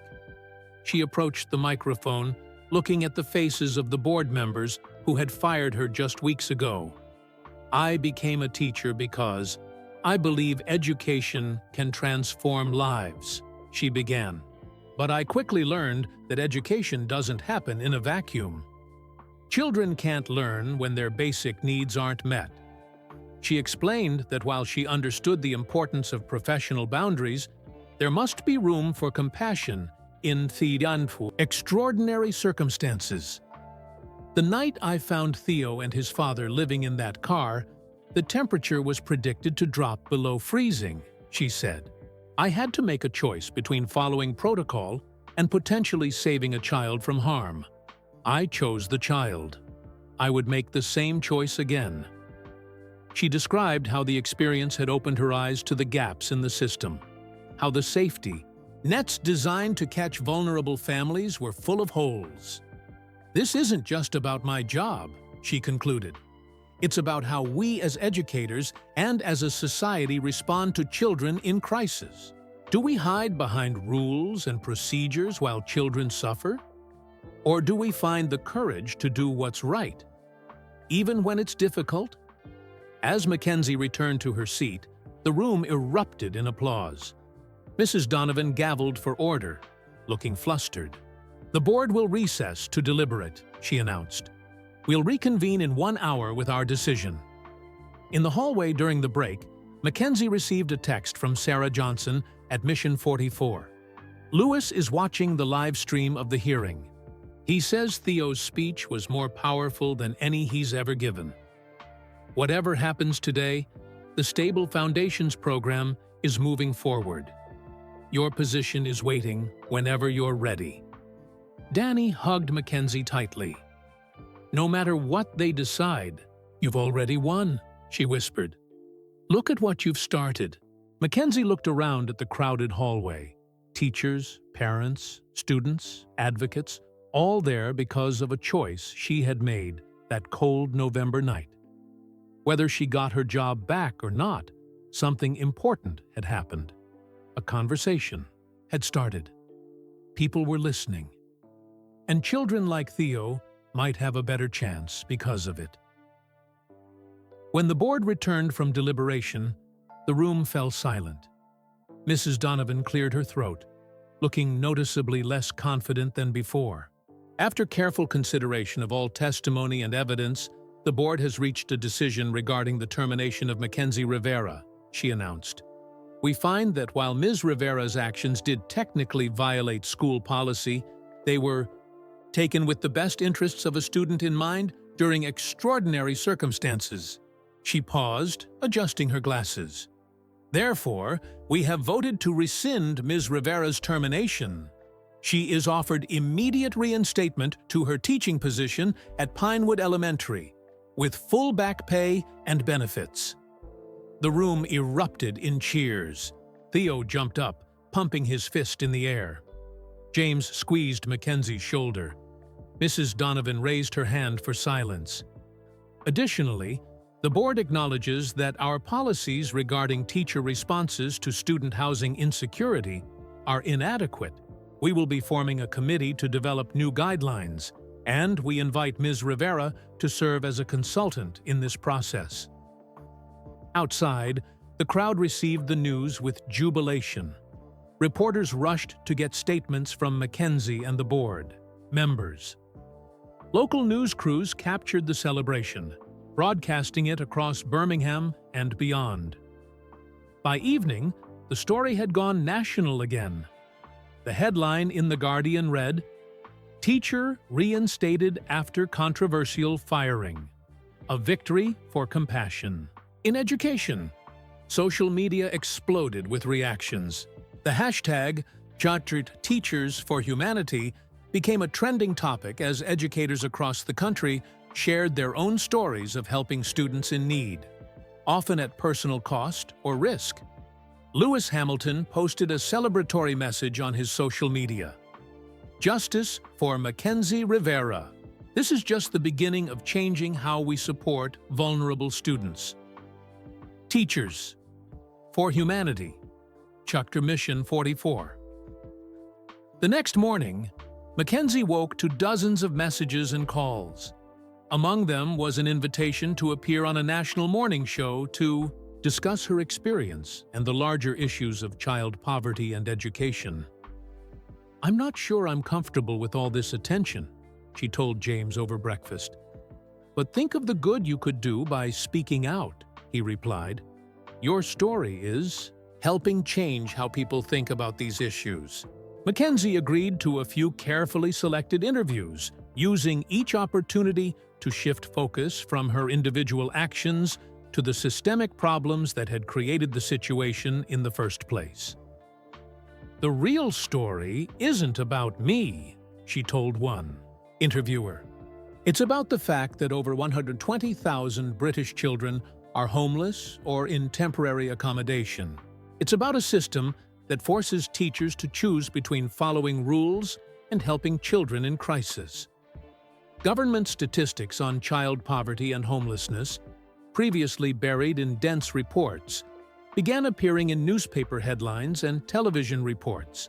The education minister announced a review of policies regarding schools' responsibilities toward students facing housing insecurity. Other teachers came forward with similar stories. A secondary school teacher in Manchester described secretly allowing a student to sleep in the school's storage room after his family was evicted. A headmistress in Liverpool admitted paying a family's heating bill out of her own pocket when she discovered they were living without heat in winter. These stories revealed that Mackenzie's actions, while perhaps the most publicized, were far from unique. Across Britain, educators were quietly stretching or breaking rules to support students whose needs weren't being met by official systems. At Pinewood Elementary, changes were already evident. The interim headmaster, Mrs. Thomas, had immediately approved a breakfast program and after-school meal service in partnership with a local food bank. The heating system in the older classrooms was finally being repaired, and a dedicated family resource coordinator had been hired to help connect struggling families with housing, healthcare, and financial assistance. Meanwhile, celebrity support for Mission 44's Stable Foundations initiative continued to grow.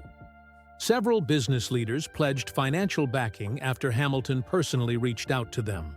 A famous chef announced a partnership to ensure that school meal programs included nutritious, appealing food. A property developer offered discounted housing units for families identified through the program. Hamilton wore a Newer Teachers for Humanity helmet at his next race and dedicated his podium finish to educators who go beyond the classroom. The global broadcast of the race carried his message to millions of viewers worldwide, many of whom were hearing about these issues for the first time. As the public conversation expanded, Mackenzie found herself facing an unexpected personal dilemma. She had gotten her teaching position back, but the offer from Mission 44 remained open. "I'm torn," she confessed to Danny. "I miss my students. I miss teaching.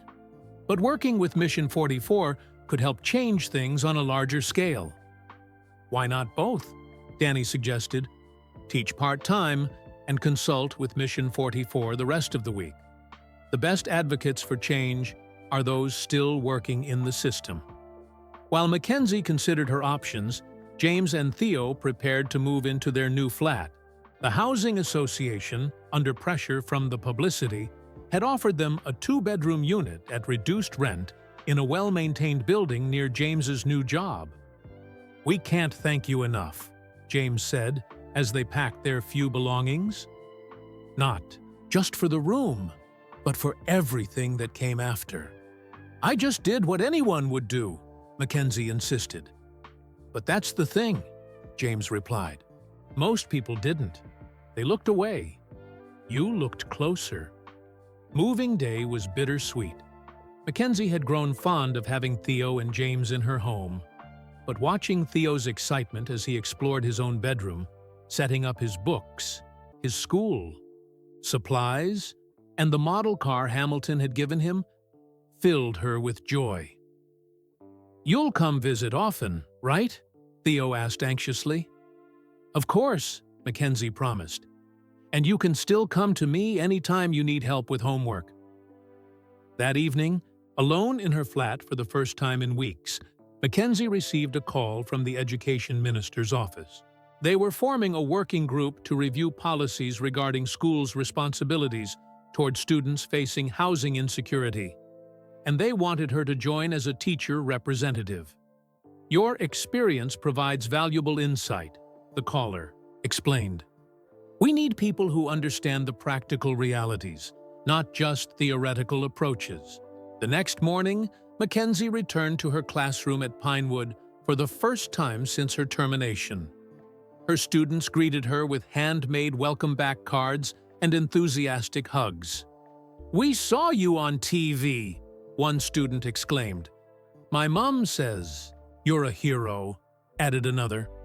"I'm just a teacher who cares about her students," Mackenzie replied. "Now, who's ready to learn about the solar system?" As she resumed teaching, Mackenzie realized she had changed. Her experience had given her a new perspective on her role as an educator. She was more attuned to signs of struggle among her students, more willing to ask difficult questions, and more determined to advocate for those who needed extra support. The larger conversation continued to evolve. Education unions across Britain began developing clear guidelines for how teachers should respond when they identify students in crisis. Housing advocates used Theo's story to illustrate the real-world impact of policies that might otherwise seem abstract. And through it all, Mackenzie kept teaching, kept speaking out, and kept reminding people that behind every statistic about child poverty or homelessness was a real child like Theo. Bright, resilient, and deserving of every opportunity to succeed. As autumn turned to winter again, Mackenzie found herself in a place she never expected to be: the conference room at the Department for Education in London. Around the table sat senior education officials, housing experts, and child welfare specialists, At the head of the table was Education Minister Patricia Wells, a no-nonsense woman with sharp eyes and a reputation for tough questions. "Ms. Rivera," Minister Wells began, "your case has sparked quite the national conversation. I've read the reports, watched the interviews, but I'd like to hear directly from you. What specific policy changes would make the most difference for students like Theo?" Mackenzie took a deep breath. In the months since her reinstatement, she had been preparing for this moment, consulting with teachers, social workers, and families experiencing housing insecurity. "Three things," she said confidently. "First, we need clear protocols that allow schools to provide emergency assistance without teachers risking their careers. Second, we need dedicated housing liaisons in schools with high rates of student housing insecurity. And third, we need faster pathways to stable housing for families with school-age children." The minister nodded thoughtfully. "Ambitious, but not unreasonable. I'd like you to join our working group to develop these ideas further." Later that day, Mackenzie found herself in another unexpected meeting, this time with Lewis Hamilton at the Mission 44 offices. He had just returned from the final race of the season and made meeting with her a priority. "The minister's invitation is significant," Hamilton said. "It means they're feeling the pressure. But government moves slowly, and children need help now." He explained that Mission 44 was ready to expand the Stable Foundations program to 10 more cities. The pilot programs in Birmingham, Manchester, and Glasgow were already showing promising results. "In just 3 months, we've helped 27 families secure stable housing," he said. "Attendance rates for those children have improved by nearly 40%. Academic performance is trending upward too." Hamilton showed Mackenzie photos of families moving into safe housing, children with space to study, parents with renewed hope. Among them was a recent picture of Theo and James in their new flat, looking settled and happy. "This is what it's all about," Hamilton said, tapping the photo. "Real change for real people." As they discussed next steps, Hamilton shared news that several additional athletes and celebrities had committed to supporting the program. What had begun with his personal commitment of $2 million was growing into a much larger fund. "We're building momentum," he said, "but we need people like you, who understand both education and the reality these families face." Outside the Mission 44 offices, Mackenzie checked her phone to find a message from Danny. "Guess what? Whitmore resigned. The investigation found he misallocated funds meant for student support services. The school board is in chaos." Mackenzie wasn't surprised. Eliza Warren's investigation for The Guardian had uncovered significant financial improprieties at Pinewood under Whitmore's leadership. Funds designated for student welfare had been redirected to marketing and cosmetic improvements to the school. The interim headmaster, Mrs. Thomas, was proving to be a completely different kind of leader. She had already implemented a breakfast program, after-school meals, and a clothing exchange for students in need. Teachers reported feeling supported rather than policed when they advocated for vulnerable students. Back in Birmingham, Mackenzie split her time between teaching at Pinewood and consulting for both Mission 44 and the Education Ministry. It was exhausting but fulfilling work. Her students understood when she explained that her absences were helping create change for children like Theo. "Is it true you're helping make new rules?" asked Lily, one of her most curious students. "I'm trying," Mackenzie replied. "Sometimes rules need to change when they don't work for everyone." In December, exactly 1 year after Mackenzie had discovered Theo living in a car, the education minister called a press conference. Standing before the media, Minister Wells announced a comprehensive new policy framework addressing student housing insecurity. "Every child deserves a safe place to sleep and study," Wells declared, "and every educator deserves clear guidance on how to help students in crisis." The framework included many of the recommendations Mackenzie and the working group had developed. Emergency housing vouchers that schools could distribute without lengthy approval processes. Designated housing liaisons in schools with high poverty rates. Accelerated housing assistance for families with school children. And protection for teachers who reported student welfare concerns. This framework was developed with input from educators, housing experts, and those with lived experience, the minister explained, including teacher Mackenzie Rivera, whose courage in helping a student ultimately brought these issues to national attention. That evening, Mackenzie's phone rang. It was Lewis Hamilton. "Congratulations," he said. "This is a massive step forward." "It's just a framework," Mackenzie cautioned. "Implementation will be the real challenge." "True," Hamilton agreed, "but it's progress we wouldn't have seen without your willingness to stand up for what's right. I've been leveraging my connections to make sure this doesn't just become another report gathering dust on a shelf." He explained that he had arranged meetings with several government officials, bringing Mackenzie along to share her first-hand experience.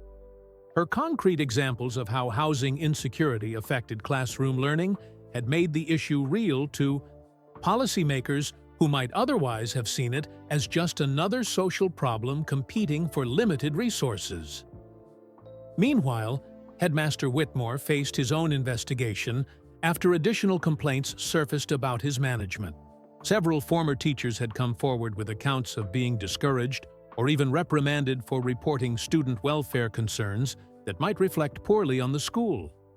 The school board, overwhelmed by negative publicity and under pressure from parents and the local education authority, began discussions about completely new leadership and governance structure.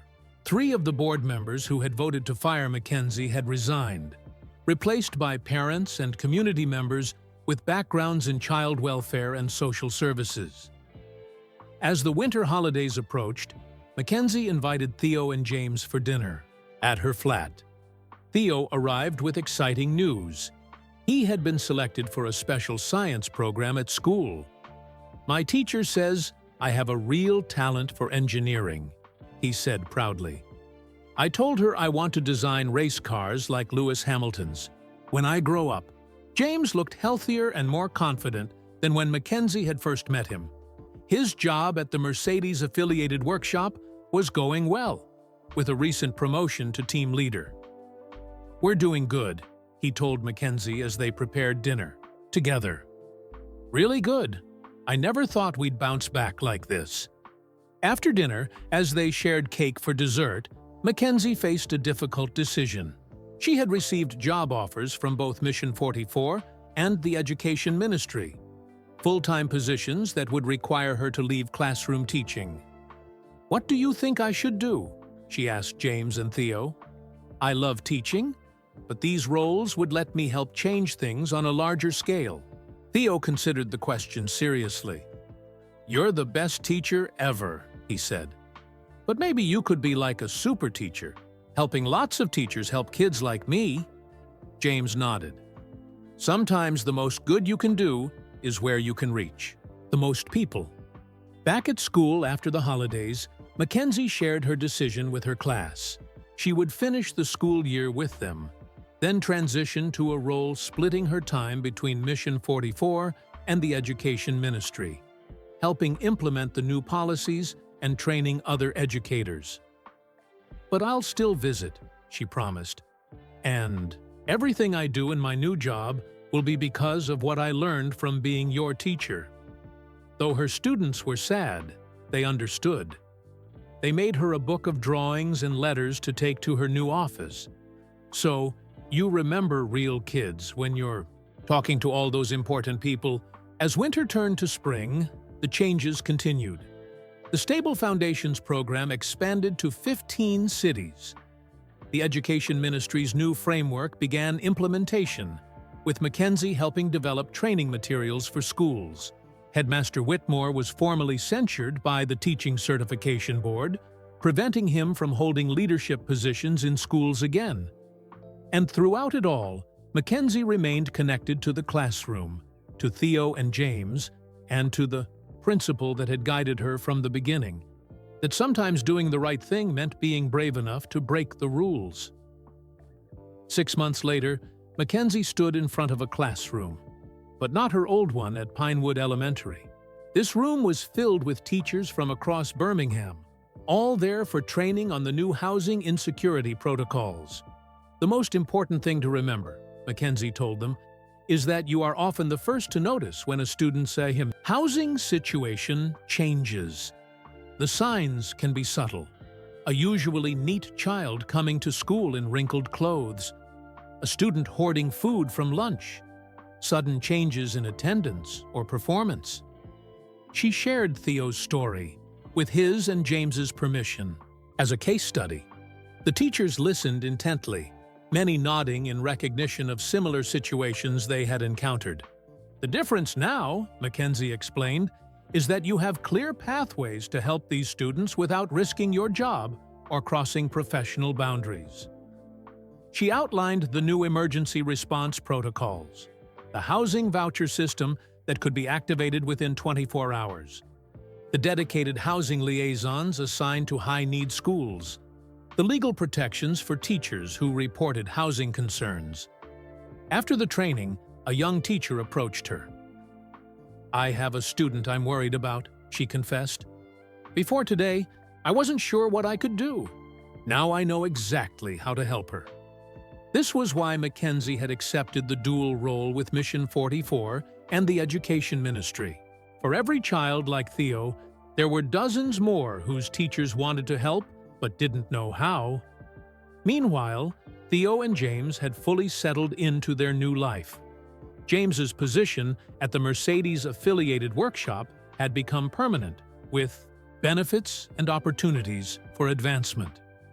The flat that had seemed so miraculous 6 months ago was now truly home, with James's racing memorabilia on the walls and Theo's science projects scattered across the dining table. Theo's academic performance had continued to improve. His teacher had recommended him for an advanced math and science program, noting his particular aptitude for engineering concepts. "He talks about Lewis Hamilton constantly," the teacher told James during a parent-teacher conference. "He says he's going to design race cars someday." "He just might," James replied proudly. The Stable Foundations program had been formally cleared of any professional misconduct, with the Education Authority acknowledging the extraordinary circumstances of her case. Headmaster Whitmore had taken early retirement rather than face further investigation into his mismanagement of school resources. Lewis Hamilton, preparing for a new racing season, had made the Stable Foundations program a cornerstone of Mission 44's work. The program had expanded to 10 cities across Britain, with plans for nationwide implementation within 3 years. Most significantly, the Education Ministry had adopted many of the program's approaches into official policy. Schools in high-poverty areas now received additional funding specifically for addressing student housing insecurity. Teacher training programs included modules on identifying and supporting homeless students. One crisp spring afternoon, Mackenzie visited Pinewood Elementary. The school had transformed under new leadership. The austere atmosphere that Whitmore had cultivated was gone, replaced by a warm, community-focused environment. In the entrance hall, a new sign read, "Every child deserves a safe place to learn and grow." Beside it was a discreet information board with resources for families facing housing challenges. Mrs. Thomas, now the permanent headmistress, greeted Mackenzie warmly. "Your old students ask about you all the time," she said. "They're so proud when they see you on the news." Mackenzie had indeed become something of a public figure, though she still found it uncomfortable. Her story had been featured in educational journals and mainstream media as an example of how individual advocacy could spark systemic change. "I'm still just a teacher at heart," she told Mrs. Thomas. "The best kind of teacher," Mrs. Thomas replied. "One who teaches beyond the classroom." That weekend, Mackenzie received an unexpected invitation. Lewis Hamilton was hosting a special event at Silverstone to celebrate the one-year anniversary of the Stable Foundations program, and wanted her, Theo, and James to attend as honored guests. The event brought together families who had been helped by the program, educators who had implemented it, and the corporate partners and celebrities who had funded it. Hamilton himself arrived directly from a race in Europe, still energized from a podium finish. "A year ago," he said, addressing the gathered crowd, "I saw a video about a teacher who risked everything to help a homeless student. That story resonated with me deeply and inspired the creation of Stable Foundations." He outlined the program's accomplishments: over 200 families housed, partnerships with 15 local councils, and thousands of educators trained on supporting students experiencing housing insecurity. "But numbers don't tell the real story," Hamilton continued. "The real story is about children who can now concentrate in school because they slept in a bed instead of a car. It's about parents who can focus on their children's education because they're not desperately searching for shelter each night." Tatisi invited Mackenzie to the stage, where she received a standing ovation. When she tried to deflect the attention, Hamilton shook his head. "Sometimes it takes one person brave enough to do the right thing to show everyone else what's possible," he said. After the formal presentations, Hamilton invited Theo to join him for a special tour of the Silverstone track. As they walked along the famous circuit, Hamilton surprised Theo with news that he had been accepted into a STEM program sponsored by the Mercedes team. "Ms. Rivera and your dad told me about your interest in engineering," Hamilton explained. "This program will connect you with mentors who can help develop your skills. Who knows? Maybe you'll be designing my race car someday." Theo's face lit up with excitement. "Really? That would be so cool." "It takes many people to make a champion race car driver," Hamilton told him. "Engineers, mechanics, strategists, all working together. Just like it takes many people working together to solve big problems like housing insecurity." Later, as the event wound down, Mackenzie found a quiet moment to thank Hamilton for everything he had done. "I should be thanking you," he replied. "Your courage started all of this." "I just helped one child," Mackenzie said modestly. "Sometimes that's all it takes," Hamilton replied. "One person doing the right thing, inspiring others to do the same. That's how real change happens." As they looked out over the gathering, families whose lives had been transformed, educators empowered to make a difference, policymakers committed to lasting change, Mackenzie realized how far they had come from that cold November night when she had found Theo and his father living in their car. What had begun as one small act of kindness had grown into something neither she nor Lewis Hamilton could have created alone. Together, they had built a bridge between the world of education and the resources needed to ensure that every child had a safe place to sleep and a real chance to learn. And for Mackenzie, that was the most meaningful lesson of all, that when compassion meets action, there's no limit to what can be accomplished. The anniversary celebration at Silverstone continued into the evening. As the crowd thinned, families heading home with renewed hope and commitment, Mackenzie noticed Lewis Hamilton standing alone near the pit lane, looking thoughtfully at some photos on his phone. "Everything okay?" she asked, approaching quietly. Hamilton looked up, a wistful smile on his face. "Just thinking about how far we've come, and why this particular cause means so much to me." He hesitated, then turned his phone to show her. On the screen was a faded photograph of a much younger Lewis, perhaps 11 or 12 years old, standing next to a go-kart with an older man who wasn't his father. My junior karting coach, Mr. Bennett, Hamilton explained. This was taken about a year after I started racing seriously. Something in his tone made Mackenzie sense there was more to the story. When I was just starting out in karting, my dad was working multiple jobs to support my racing, Hamilton continued. He sacrificed everything for my dream.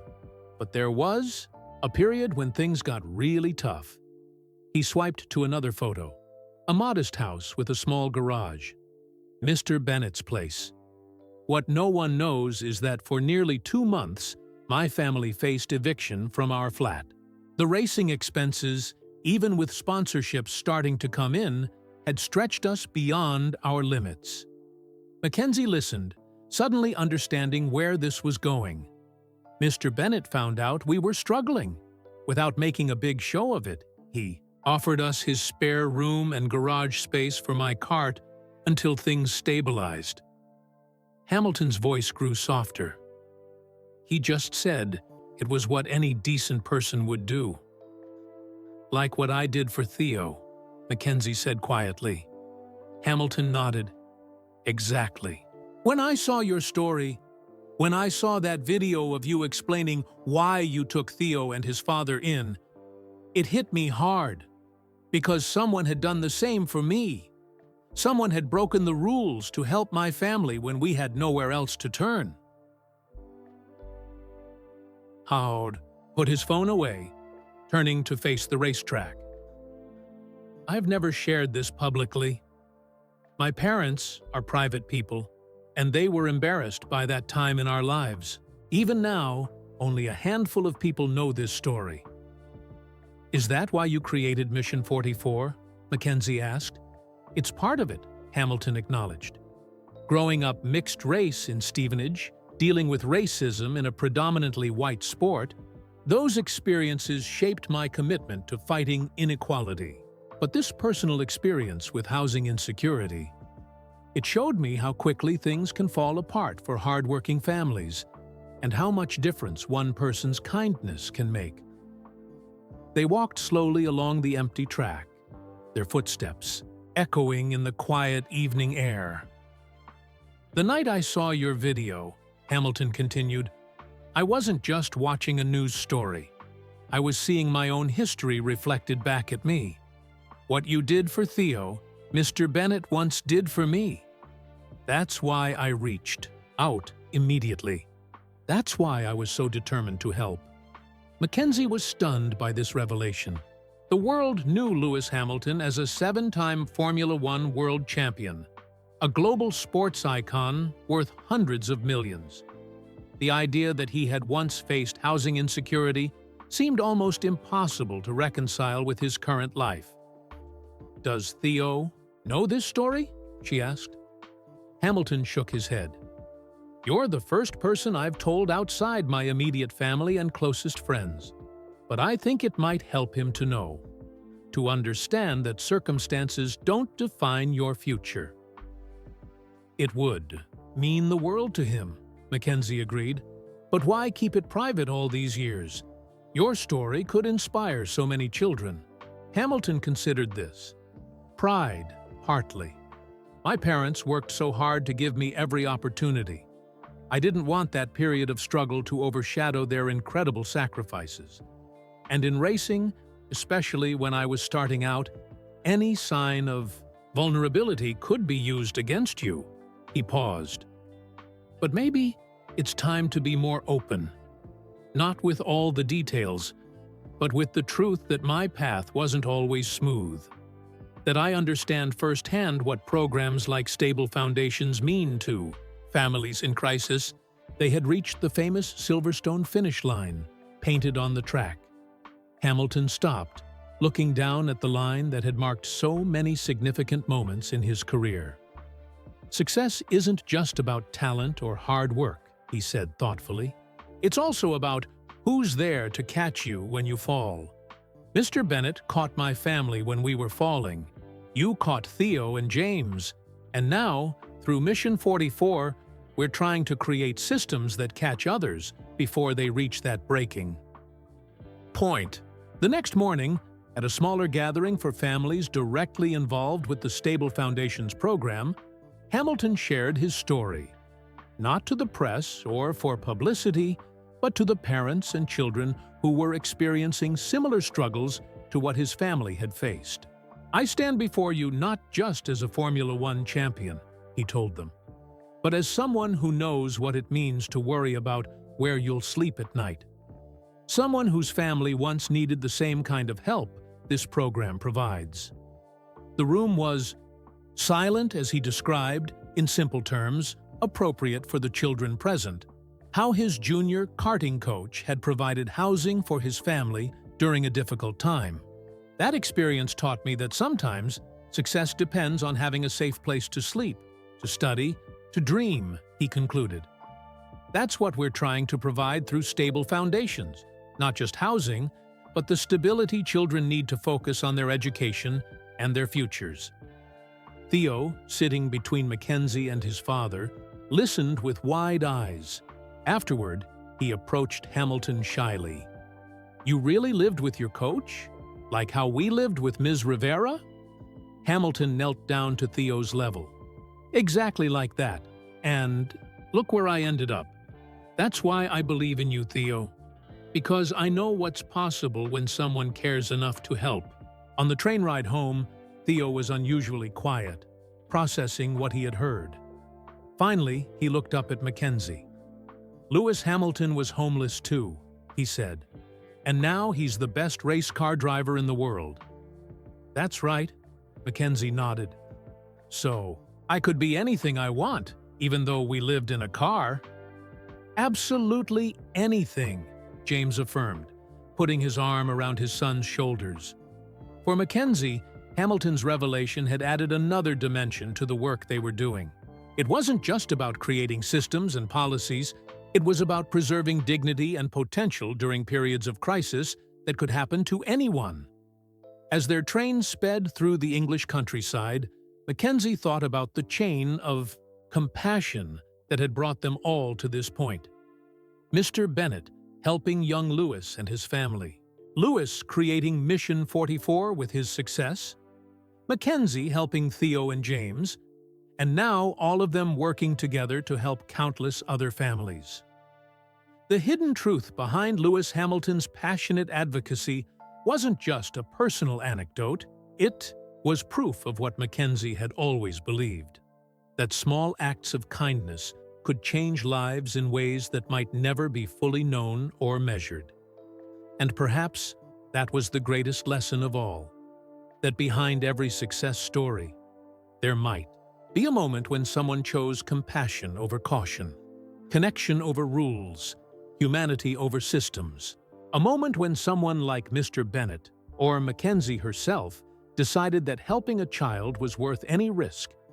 As Theo fell asleep against his father's shoulder, dreaming perhaps of race cars and engineering designs, Mackenzie smiled at the thought of all the potential that had nearly been lost in Lewis Hamilton years ago, in Theo today, and in countless other children whose stories were still being written. Stories that could have very different endings, now that they had built a bridge between those who needed help and those who could provide it. Thank you so much for listening to this story of compassion, courage, and how one small act of kindness can create ripples of change. Where are you listening from today? I'd love to know in the comments below. If you enjoyed this story about Mackenzie, Theo, and Lewis Hamilton, please don't forget to like this video and subscribe to the channel for more heartwarming and inspiring content like this. Your support helps us continue creating stories that matter. Consider sharing this video with your friends and family. You never know who might need to hear a message about kindness and standing up for what's right, even when it's difficult. Together, we can spread awareness about important issues like childhood homelessness and the difference one person can make. Until next time, remember that sometimes the bravest thing we can do is break the rules for the right reasons.